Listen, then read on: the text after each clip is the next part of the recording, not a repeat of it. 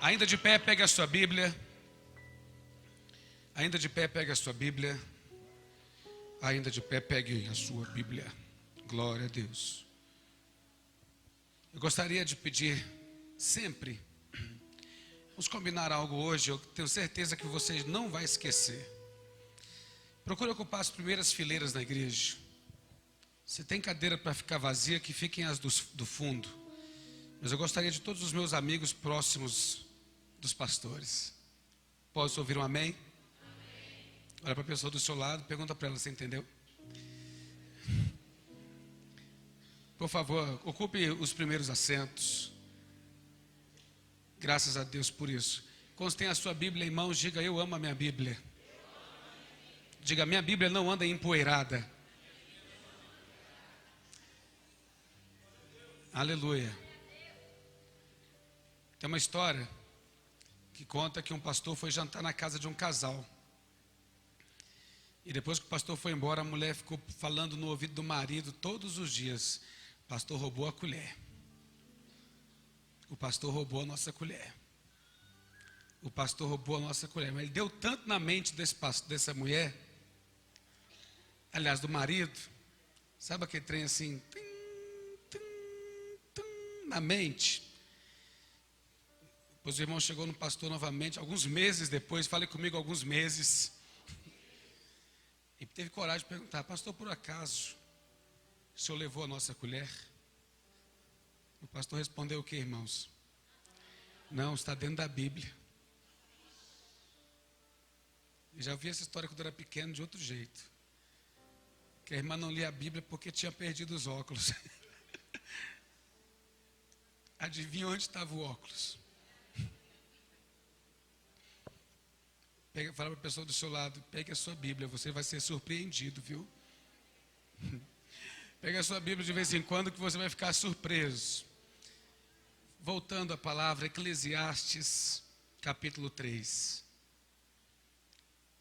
Se você tiver dificuldade de achar Eclesiastes, é só abrir em Salmos e adiantar mais 2 livros. Eclesiastes, capítulo 3. Glória a Deus. Glórias a Deus.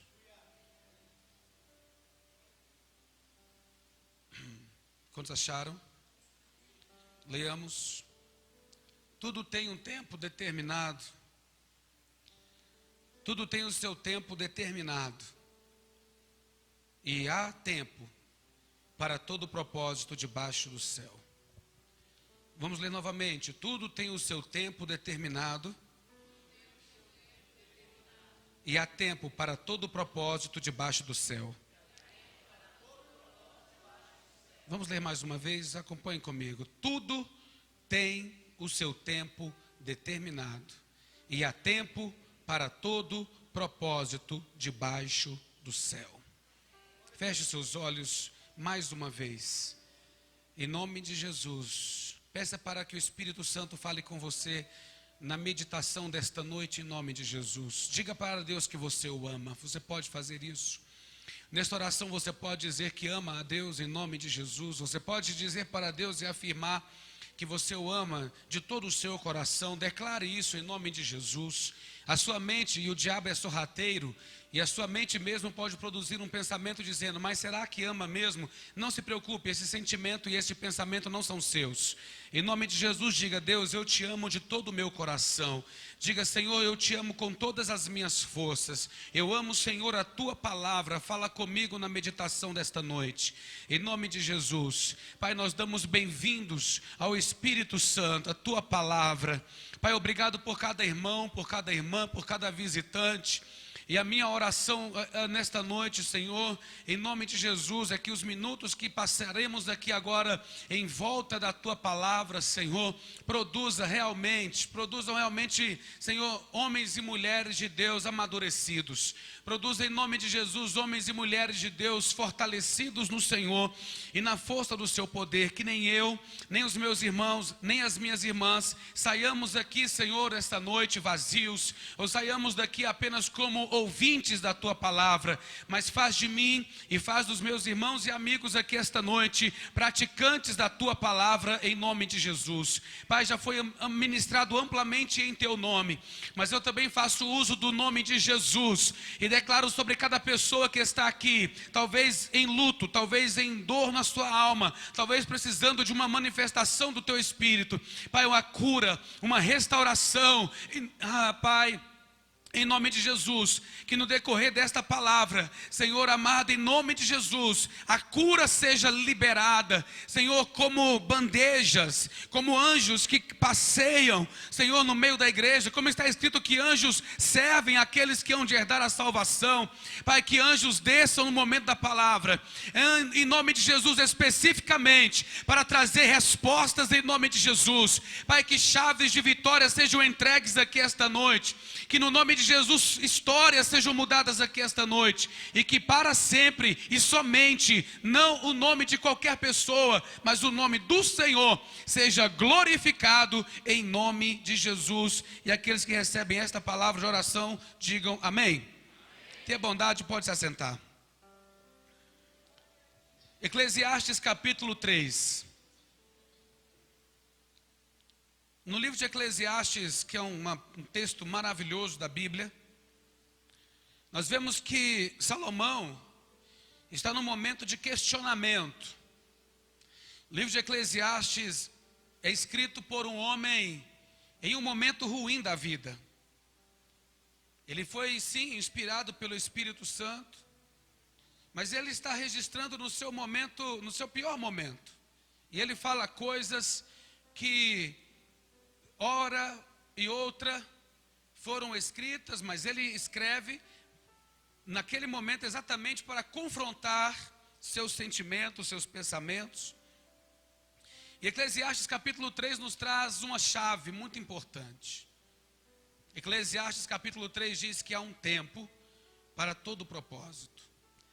E quando nós lemos isso daqui no grego, na sua versão, na versão onde foi do hebraico para a Septuaginta, na tradução da Septuaginta, na tradução do hebraico para o grego, que era o inglês da época, a língua universal. Quando nós lemos isso daqui, é como se nós lêssemos que há um cronos para todas as coisas, e há um kairos debaixo do céu.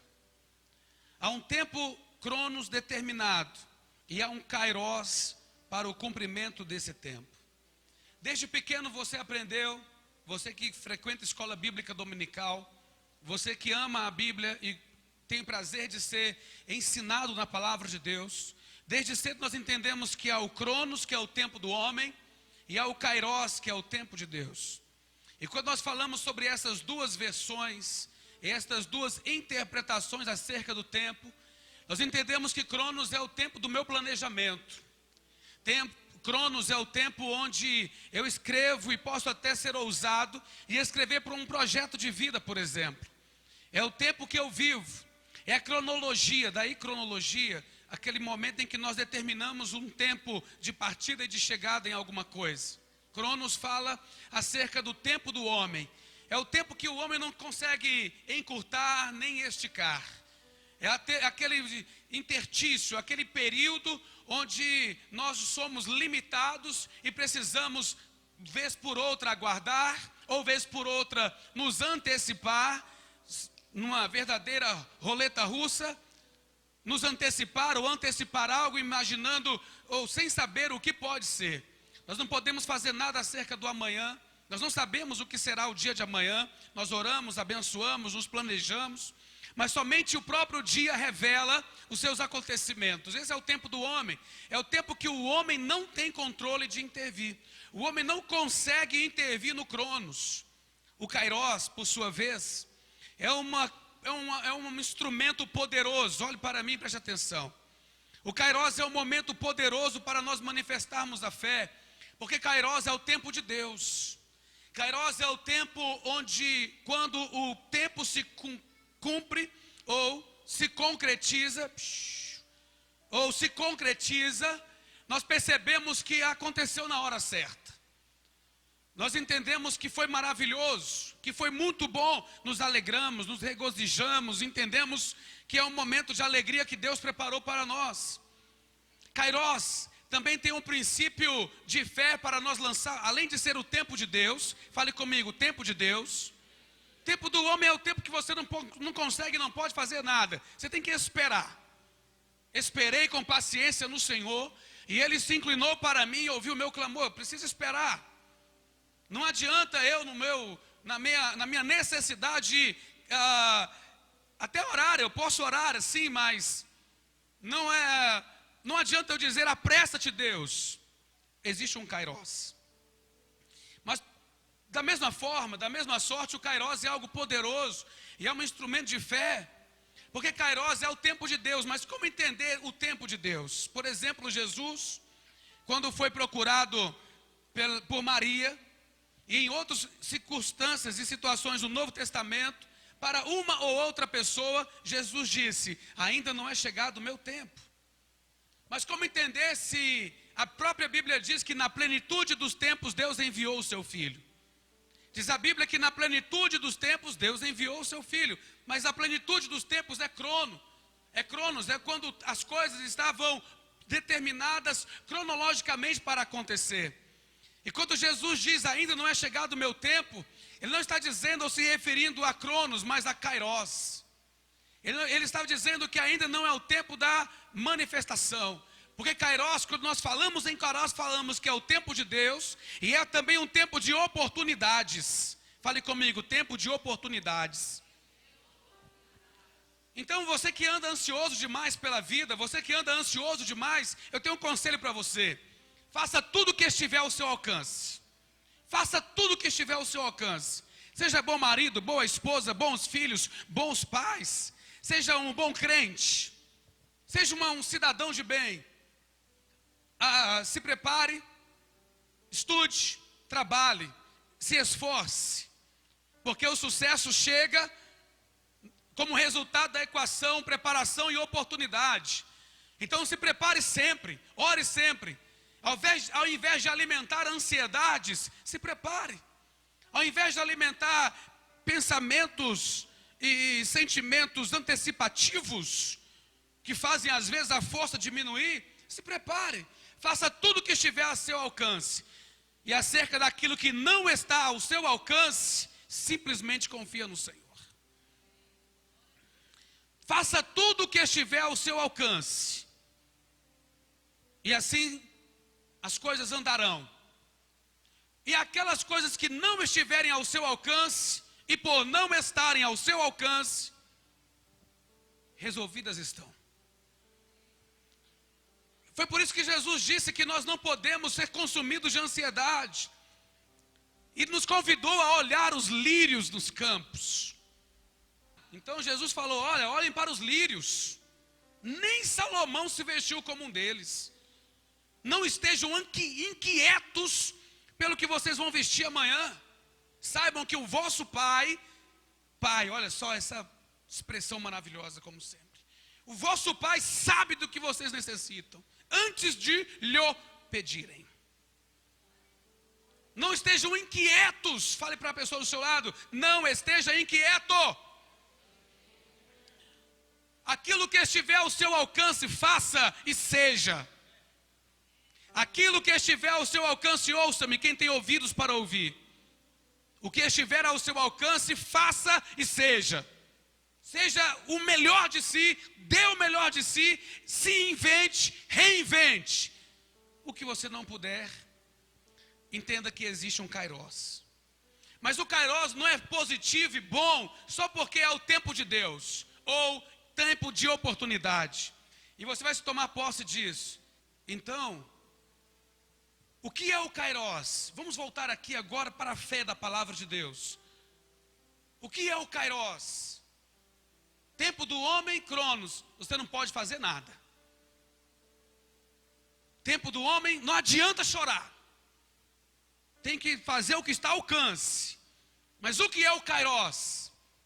Tempo de Deus, amém. Tempo de oportunidade, glória a Deus. Mas é principalmente o tempo onde Deus invade o cronos.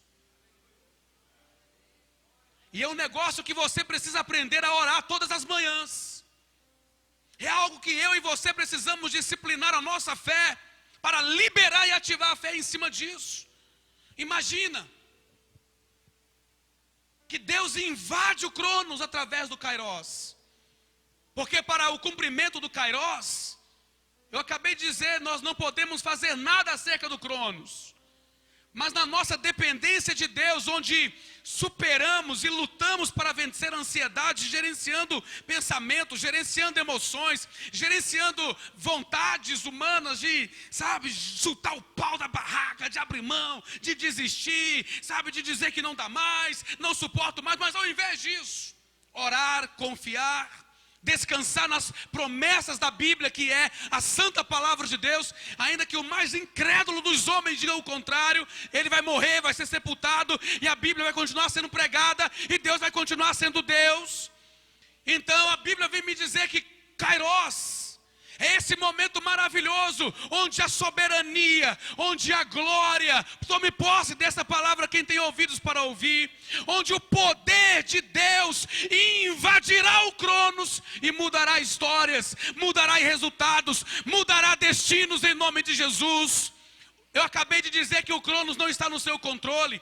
Eu acabei de dizer que o Cronos nós não podemos fazer nada, mas existe algo maravilhoso. Talvez estamos no nosso Cronos, ansiosos, angustiados, temerosos por alguma coisa, imaginando que hoje, dia 30 de julho de 2017, nada aconteceu, nada acontecerá, ou como está a nossa vida, e imaginamos que por conta dos atrasos que clamamos e chamamos de atrasos, na nossa vida algo não aconteceu, ou você recebeu o telefonema, para ilustrar bem de forma bem objetiva, somente em setembro, somente em agosto, foi a notícia que você recebeu, mas amanhã ao acordar, você abre o seu e-mail, ou você abre as suas redes sociais, os seus instrumentos de consulta, ou um site de um tribunal de justiça qualquer, ou de onde poderá vir uma notícia, esta que você esperava para agosto,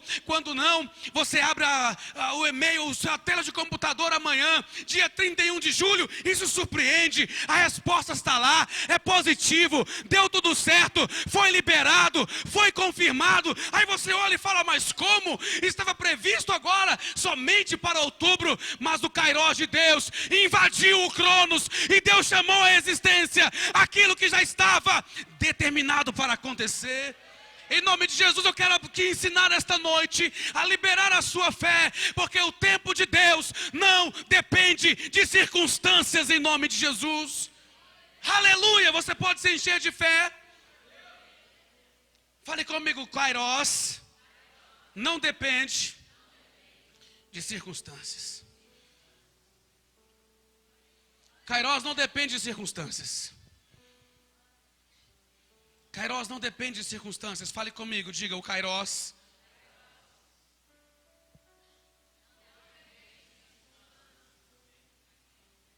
Pode falar mais uma vez? Diga tempo do homem. Cronos.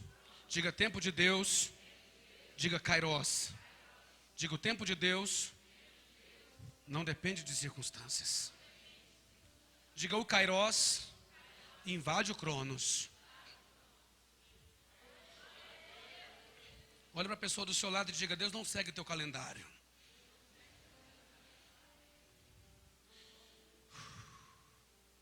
É por isso que dependemos dele. Olha aqui para mim. É por isso que você precisa depender dele. Isso é didático. É muito didático. É muito didático. Anda comigo. Você quer que o Kairos invada o Cronos? Anda com Deus. Anda com Deus. Ah, eu não vou mais para a igreja. Problema seu. Ah, eu não vou mais orar. Problema seu. Ah, eu não vou ser mais crente. Problema seu, ainda vai para o inferno no final. É simples. Ah, eu não quero saber do... O marido olha para a esposa e fala, não quero saber do seu Deus. Problema. Pode até beijar a boca, mas vai para o inferno. Uma boca vai para o inferno, outra boca vai para o céu. Simples. E não é isso que profetizamos. Profetizamos que toda casa servirá ao Senhor. Mas entenda, não adianta rebeldia não, irmão. Ah, Deus não ouviu minha oração, estou com raiva. Não adianta. Na introdução desta mensagem eu estou lhes afirmando que existe um cronos. Tempo onde não podemos fazer nada para antecipar resultados. Não adianta. Dorme com essa. Dorme com essa. É melhor dormir pensando assim. Mas agora existe também o Kairos. O tempo onde o cronos é invadido. Imagine como duas pessoas, mas o Kairos vem e subjuga o cronos. Porque a vontade de Deus é soberana e é poderosa. O que Deus precisa para manifestar o Kairos? À luz da Bíblia você perceberá que sempre teve alguém, sempre teve um ser humano, um homem ou uma mulher, que foram os instrumentos para Deus manifestar a vontade dele. Nós chamamos hoje esses homens de heróis da fé. A galeria de Hebreus capítulo 11, que você é convidado a ler posteriormente, vai falar acerca dos heróis da fé. Mas heróis da fé é a terminologia dada pelos editores, por aqueles que, ao editarem a Bíblia, separaram em enunciados, para ficar mais fácil a localização, só isso. Mas no fato e nos atos, não eram heróis. E muito menos se viam como heróis. Eram homens como eu, como você. Tem um deles, uns heróis, tem um herói da fé aqui, dá um cutucão do seu lado, tem gente dormindo, dá um cutucão do seu lado aí, fala para ele, vê se é do seu lado, fala, acorda rapaz. Está dormindo por quê? Vai dormir em casa. Pastor, baixou o Bolsonaro hoje, não baixou, porque aqui não baixa nada.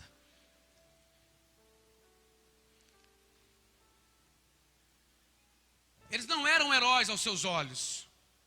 Se referindo a Elias, Tiago ainda chega a dizer, Elias era um homem como eu e você, semelhante a fraquezas, mas orou. Então o que diferenciou Elias da maior parte das pessoas da sua geração? É que no momento de seca, de estiagem, a maioria simplesmente murmurou e se separou de Deus. Mas a Bíblia fala que Elias orou. E porque Elias orou, todo o quadro foi mudado. Não foi mudado no primeiro dia que Elias orou. Foi mudado depois de um certo tempo, Kairos. E o Kairos invadiu o cronos e as coisas aconteceram. E Elias foi chamado de herói da fé. Por nós depois, aqui nos enunciados da Bíblia. Mas ele era um homem como eu e como você, que resolveu reagir. Em nome de Jesus eu quero profetizar a você hoje e dizer que você é o Elias dos dias atuais. Você representa, você está do lado do bem. Posso ter um amém ou não? Quem está comigo aqui, diga glória a Deus. Você é o cara do bem. É a pessoa que espera em Deus, que ora, que busca, que jejua, que se aproxima de Deus. Portanto, você, ouça-me, olhe para mim aqui. Você é o destinatário do Kairos, do tempo de oportunidades, do tempo de Deus, do tempo que invade o cronos. Você é o destinatário hoje, em nome de Jesus. Por isso, eu saio da parte introdutória e entro numa reflexão com você. Porque você agora sabe que existe um Kairos, que é o tempo da oportunidade que invade o cronos. Você não pode ficar levantando monumentos à sua dor. Você não pode, repetirei, em nome de Jesus eu declaro a palavra de Deus a vocês esta noite. Você não pode levantar um monumento à sua dor. Você não pode achar que aquilo que aconteceu ou acontece de ruim é só com você, porque você é uma figurinha marcada para dar errado, para ser derrotado. Mentira! Eu repreendo este sentimento, eu repreendo esta palavra, eu repreendo em nome de Jesus esta disposição de vida. Não combina com você, não combina com filhos de Deus, não combina com aqueles que conhecem a Bíblia. Existem pessoas que levantam monumentos à sua dor e toda vez passa lá e diz: eu sofri, eu sofri demais. Levantam monumentos e passa por lá, falta fazer o lustre, sabe, dar uma lustrada no monumento, porque quer perpetuar a dor. Todas as pessoas que me ouvem aqui esta noite já tiveram um quadro de dor na sua vida, já sofreram uma perda, já sofreram algo ruim. Mas o que diferencia homens de meninos, pessoas maduras de pessoas imaturas, o que separa pessoas de fé a pessoas que alimentam a incredulidade, é que os maduros, as pessoas de fé, os homens que já têm as suas faculdades exercidas, prosseguem, eles seguem, eles dão continuidade à vida, eles não ficam levantando monumentos à sua própria dor, ao luto, para chamar a atenção de quem quer que seja, do tipo: tenha dó de mim, eu sou um azarado. Não, pelo contrário, vai afastar as pessoas de você, vai que isso pega. Em nome de Jesus, qual é a atitude que o homem de Deus ou a mulher deve ter? Uma atitude de fé. Porque os heróis da fé foram chamados pelos que vieram depois, dizendo: eles agiram em fé. E o que dirão de você um dia?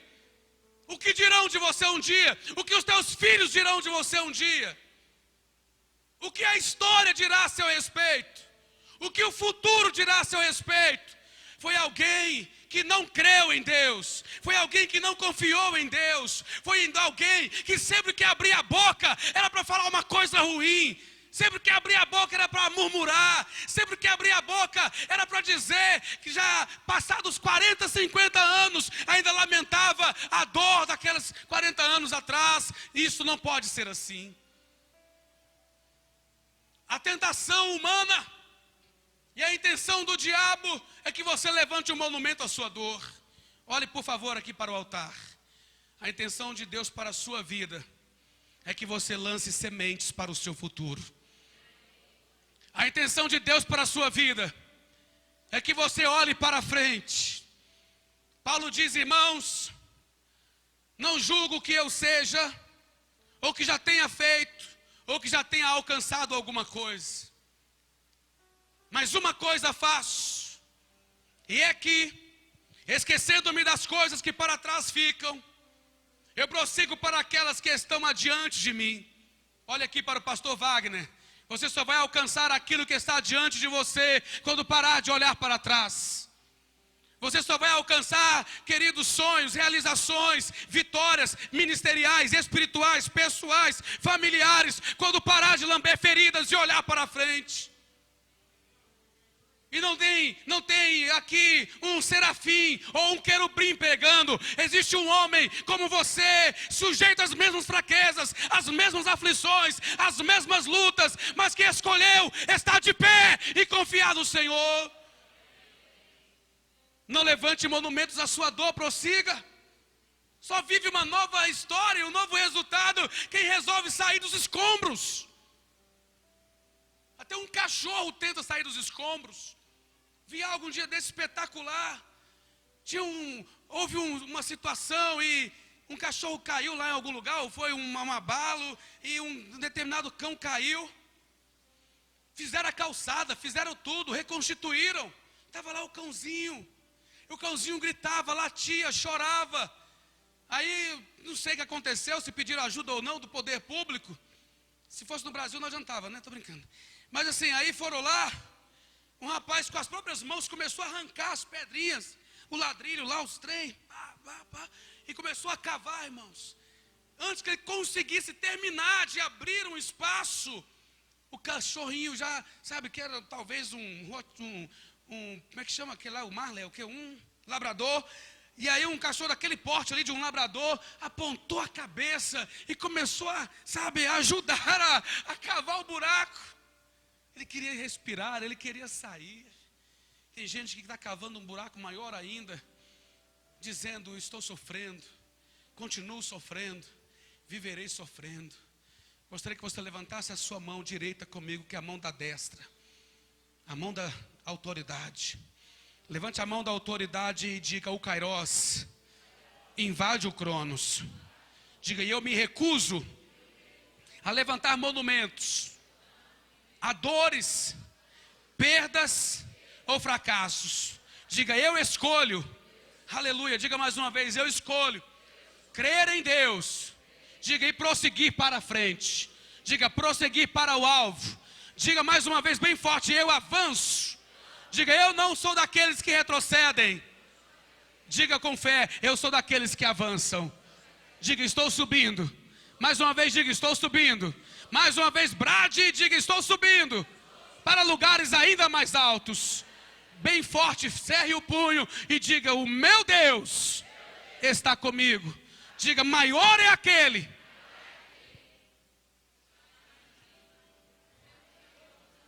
Aí você pode aplaudir o nome do Senhor. São confissões de fé. Em nome de Jesus, essa confissão está alinhada com a Bíblia. Levantar monumentos à dor é perda. A Bíblia nos fala de duas pessoas que eu quero fazer uma citação breve, que levantaram um monumento à sua dor. A primeira delas está em Gênesis 38, 35. Fale comigo, diga: não levantarei monumentos à minha dor. Gênesis 38, 35, Jacó recebe a notícia que José era morto. Jacó recebe a notícia que seu filho amado estava morto. Diz a Bíblia que as pessoas foram consolá-lo.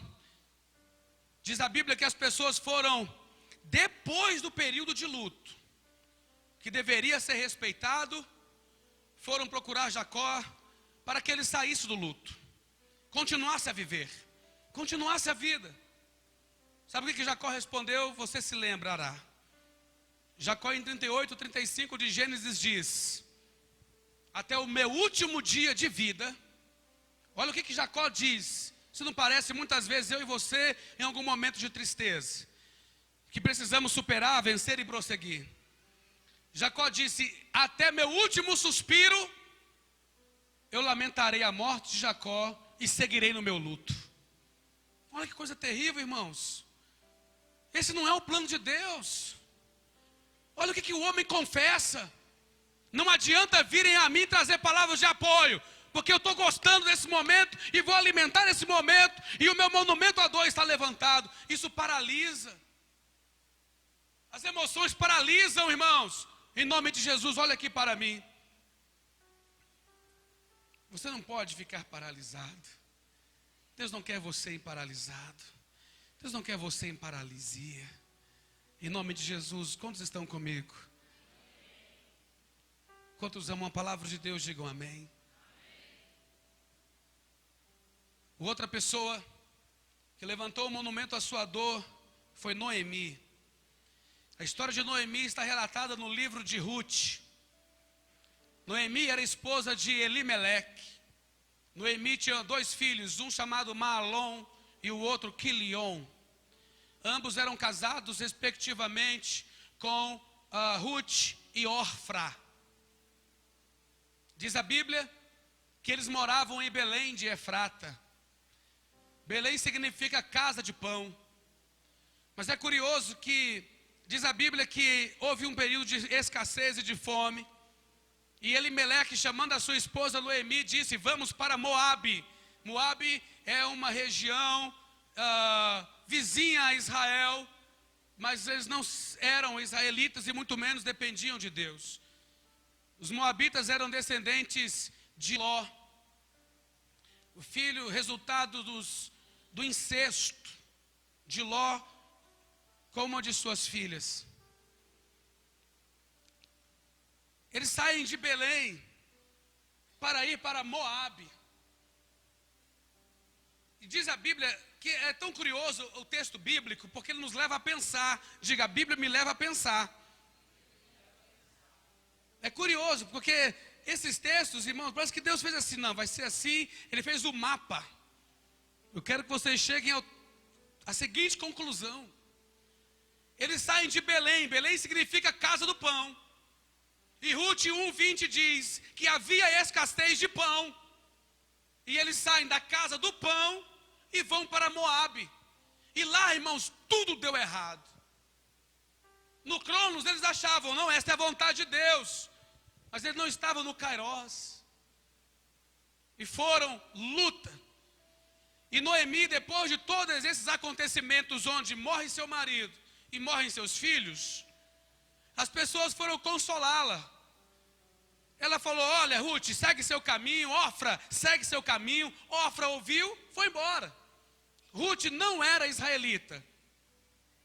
Mas ela se apegou a Noemi, sua sogra, e disse, onde quer que você vá, eu irei. É um texto muito usado para casamentos.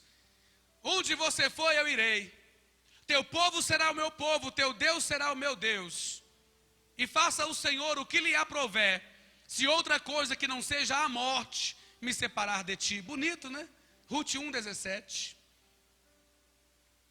E quando Noemi, Ofra e outras pessoas vão consolar, Ofra e Ruth vão consolar Noemi, sabe o que ela diz? Não, vão embora e não me chamem mais de Noemi, me chamem agora de Mara, porque Mara significa amargura. E sabe o que ela diz ainda? Põe a culpa em Deus. E no final da frase, depois você pode abrir a sua Bíblia no livro de Ruth, verso 1, capítulo 20. Ela diz assim, me chamem de Mara, porque Deus me deu amargura de espírito. Olha, Deus me deu, foi Deus não, foi escolha errada. Mas quer ainda teologizar, deixar bonito. Não, é a vontade de Deus, não é. A vontade de Deus é boa, perfeita e agradável. A vontade de Deus traz alegria e paz. A vontade de Deus não traz divórcio, traz união. A vontade de Deus não traz separação, traz paz. A vontade de Deus não traz miséria, traz prosperidade. A vontade de Deus não traz doença, traz cura. Ah, Deus pode estar me usando isso para ensinar. Mentira, teologia barata. Se você está sendo provado, você está sendo provado. É uma situação onde Deus será glorificado. É uma degeneração natural. São células que morrem. Mas não foi Deus que colocou isso em você. E por crer e se apegar em Deus, Ele te livrará. Mas nós não podemos fazer como Noemi, levantar um monumento à dor e dizer, foi Deus que me deu essa amargura. Não foi. Fale para a pessoa do seu lado e diga, Deus não deixará você em amargura. Quantas mulheres de Deus eu tenho aqui? Eu gostaria de ouvir um amém das irmãs. Eu posso mais uma vez ouvir as irmãs dizerem, digam aleluia. Falem irmãs comigo, diga Deus não nos abençoou com amargura. Isso não é bênção. Não, foi Deus quem me deu. Não foi. Não foi. Qual a prova disso? Jacó disse, viverei o meu luto até o meu último dia. Jacó foi surpreendido. Fale comigo, diga, Kairos é o tempo de Deus invadir o Cronos. O que eu falei para vocês agora há pouco? Jacó disse o quê?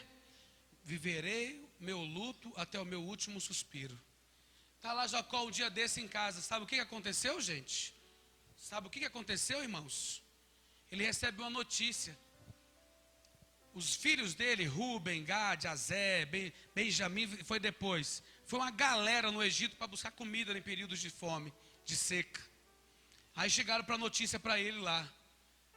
Jacó, ele ficou surpreso, né? Na segunda vez que foram lá. Jacó, tem um negócio aí fora, você precisa ir lá ver.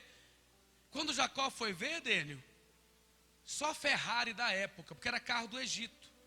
Naquela época era a maior potência, só tinha Ferrari lá fora. Olharam lá, ele sai e o que ele viu? Um monte de egípcios nos carros, sabe? Negócio tudo da época, irmãos. Top. Ele olhou e falou, o que é isso? Aí ele recebeu a notícia.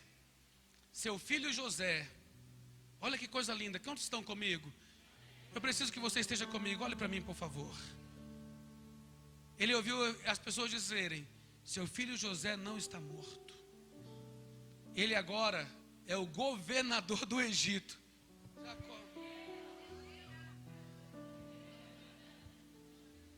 Jacó falou, vocês estão de brincadeira comigo. Aí Jacó Jacó, José está vivo, Jacó. Não, ainda, a narrativa bíblica é linda demais. Ele insistiu que o cara estava morto. Não, está morto, ele está morto. Até que ele se convenceu a subir em um carro, juntou toda a sua família, a saber, netos, bisnetos, aquela coisa assim, né? E o povo que gosta de filho é aqueles, 70 pessoas. Subiram nas Ferraris da época. Gente, se isso fosse fotografado, a gente vê aqueles monumentos no Egito hoje, tudo feio, né? Mas imagina naquela época, tudo pintado, bonito, cidade moderna. Eles entraram naqueles carros e Jacó foi com honra para o Egito. E avisaram na casa do faraó, Jacó, o pai, porque Jacó, o nome de José lá no Egito mudou. Aí falaram assim para o faraó da época lá, o pai de Zafenate Paneia. Nome feio, mas era o nome que deram para o José. Eu prefiro José. Ele falou, o pai do Zafenate Paneia chegou e está aí com toda a sua família. Aí vai o homem da maior potência da época, recebe toda a família de Jacó, estende a mão para ele e praticamente diz, obrigado, o Senhor é o pai do jovem que salvou o mundo. Kairos, levanta o monumento à sua dor, estaciona, para, sofre, alimenta feridas, alimenta mágoas, ressentimentos, desnecessário. Daqui a pouco imagina Jacó olhando para trás e falando, quer dizer que eu sofri esse tempo todo à toa? Foi. Pega na mão da pessoa do seu lado e diga, Deus vai mudar a tua sorte em nome de Jesus. Pega na mão da pessoa do seu lado e por favor diga para ele, bem de Deus, e diga, se você é um homem de Deus, você vai fazer isso. Pega na mão da pessoa do seu lado e diga, Deus já te abençoou, espera no Senhor. O Senhor já te abençoou, irmã, espera no Senhor. Mãe, o Senhor já te abençoou, espera no Senhor. Pai, o Senhor já te abençoou, espera no Senhor. Filhos, o Senhor já vos abençoou, esperem no Senhor. Noemi dizia, me chamem de Mara, porque Deus me encheu de amarguras. Minha vida acabou, minha vida acabou. Daqui a pouco, olhe para mim. Ruth vai, abraça Noemi. Diz a Bíblia que Ruth, eles voltam para a terra que nunca deveriam ter saído. Noemi, Ruth, aliás, se casa com um homem chamado Boaz. Ruth e Noemi, que quando voltaram, eram pessoas terrivelmente abatidas. Terrivelmente abatidas. Imagine os seus piores dias, não tem nem como classificar. Elas voltaram totalmente destruídas, a ponto de achar que realmente, elas foram inclusive esmolar, viver de migalhas que caiu na rua. Em poucos meses, um período X de tempo, Deus mudou a sorte daquelas mulheres. Ruth se tornou uma, talvez a mais, mas uma, não vou arriscar, vou dizer uma das mulheres mais prósperas daquela região, e cuidou de Noemi todos os dias da sua vida. Além disso, Ruth se casa com Boaz, que foi o pai de Obed, que foi o pai de Jessé, que foi o pai de Davi, e nós lemos no Novo Testamento, Cristo, Jesus, filho de Davi. Aquela mulher que um dia quis desistir de tudo, renunciar a tudo, viu que a potente mão de Deus sempre intervém. A mão de Deus sempre intervém. Olhe para mim, recebe esta palavra de fé, alegra teu coração, fortalece teu espírito. Em nome de Jesus, abra os seus lábios e dê glórias a Deus, porque a mão do nosso Deus sempre intervém. A mão de Deus sempre intervém. A mão de Deus sempre intervém. A mão de Deus sempre intervém. E o Senhor está a seu favor esta noite.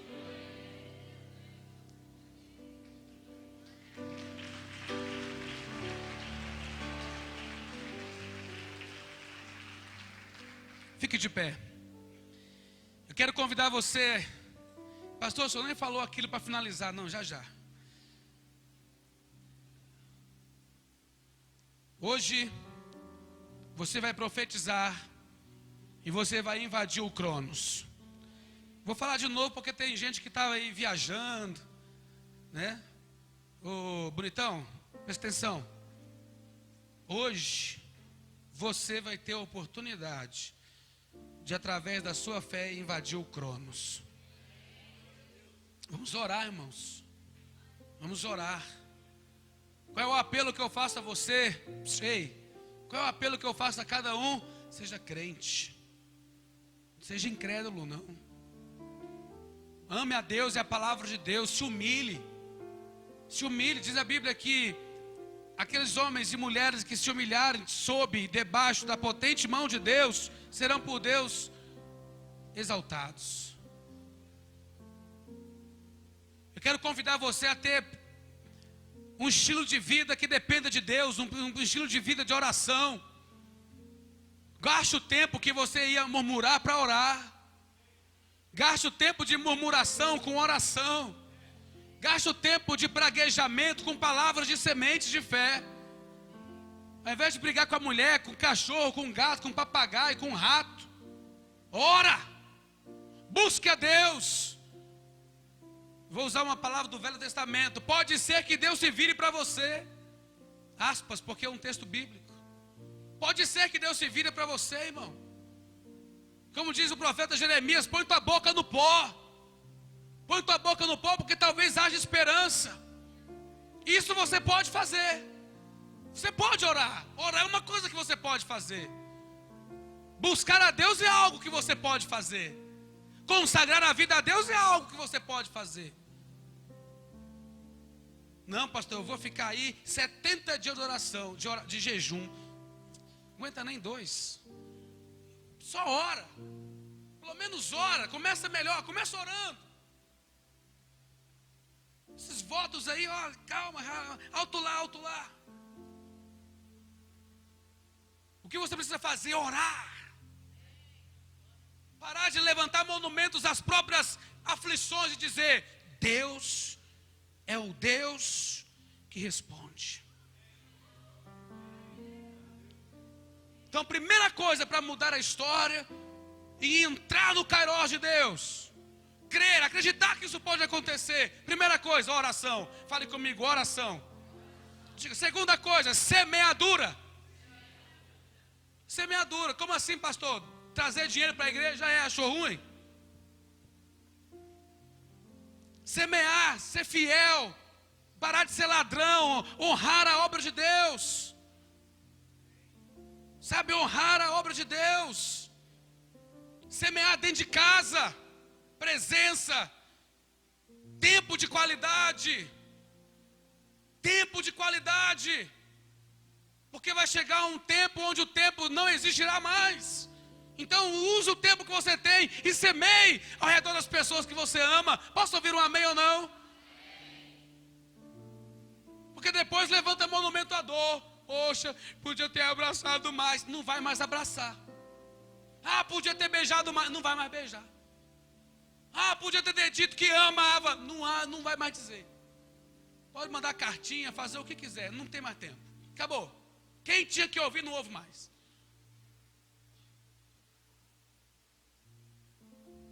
Irmão, faça o que estiver à sua mão.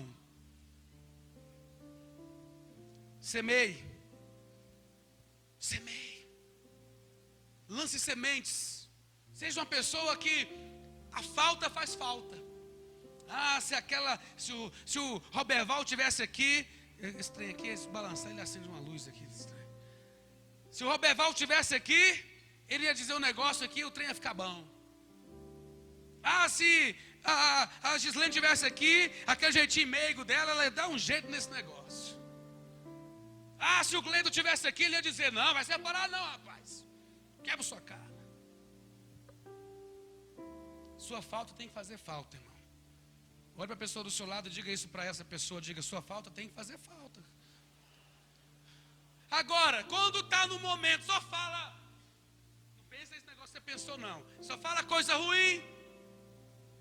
Semear. Como ativar o Kairos? Oração. Depois, semeadura. Terceiro lugar, libere palavras de fé. Por exemplo, levante a sua mão assim com a direita comigo. Glória a Deus. Sem preguiça, sem preguiça, sem preguiça. Senão vou mandar você pagar 10. Levanta a sua mão direita comigo e diga: eu creio que eu verei a fidelidade de Deus enquanto eu estiver vivo, pisando nesta terra. Diga: eu creio em milagres. Agora olha só, levanta a mão esquerda. Levanta a mão esquerda. Ó o paralelo. Levanta a mão esquerda aí, me ajuda, vai, gente. Poxa. Diga: vai dar errado. Ó, a maioria nem falou. Não, vai dar errado. Diga: não adianta orar. É bom falar isso, irmão? Irmão, chega, bloqueia um trem aqui assim, ó. Mas tem gente que não vive falando isso, tá? Mas age e se comporta como se assim falasse. Levante a mão direita comigo e diga: eu creio, eu tenho, eu sou, eu posso. Diga: Deus está no controle. Diga: e o céu invade a terra, e o Kairos invade o Cronos, e o que era para acontecer, sei lá quando, pode muito bem ser hoje.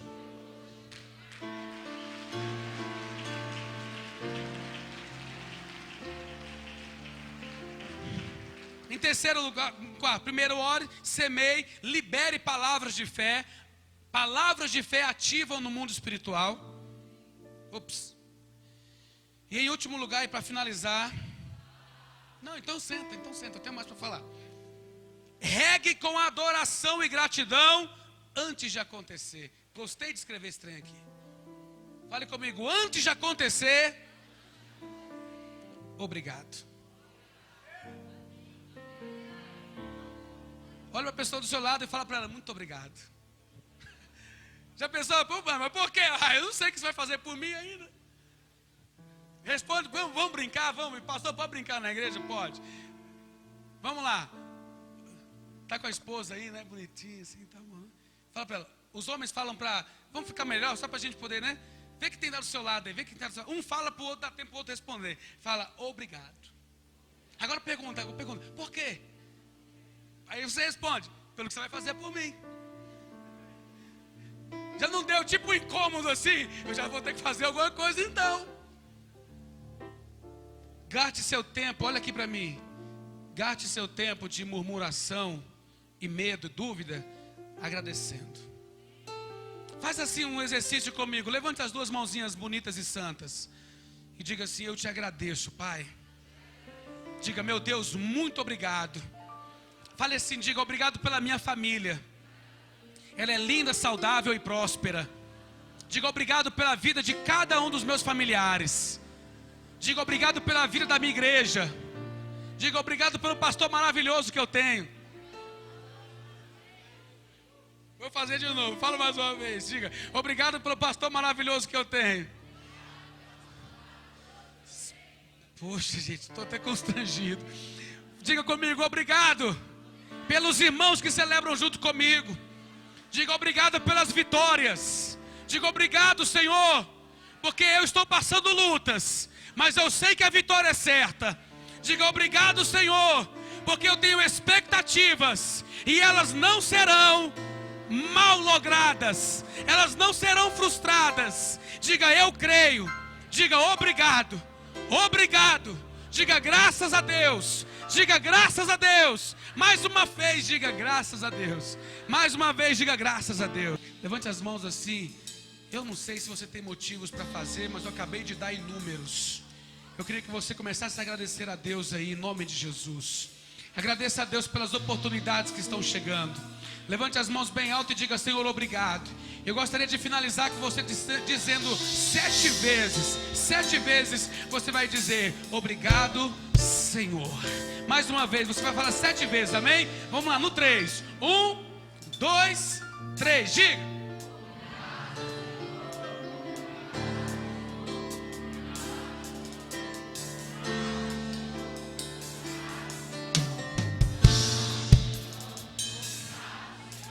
Obrigado, Senhor. Nós te adoramos, te bendizemos.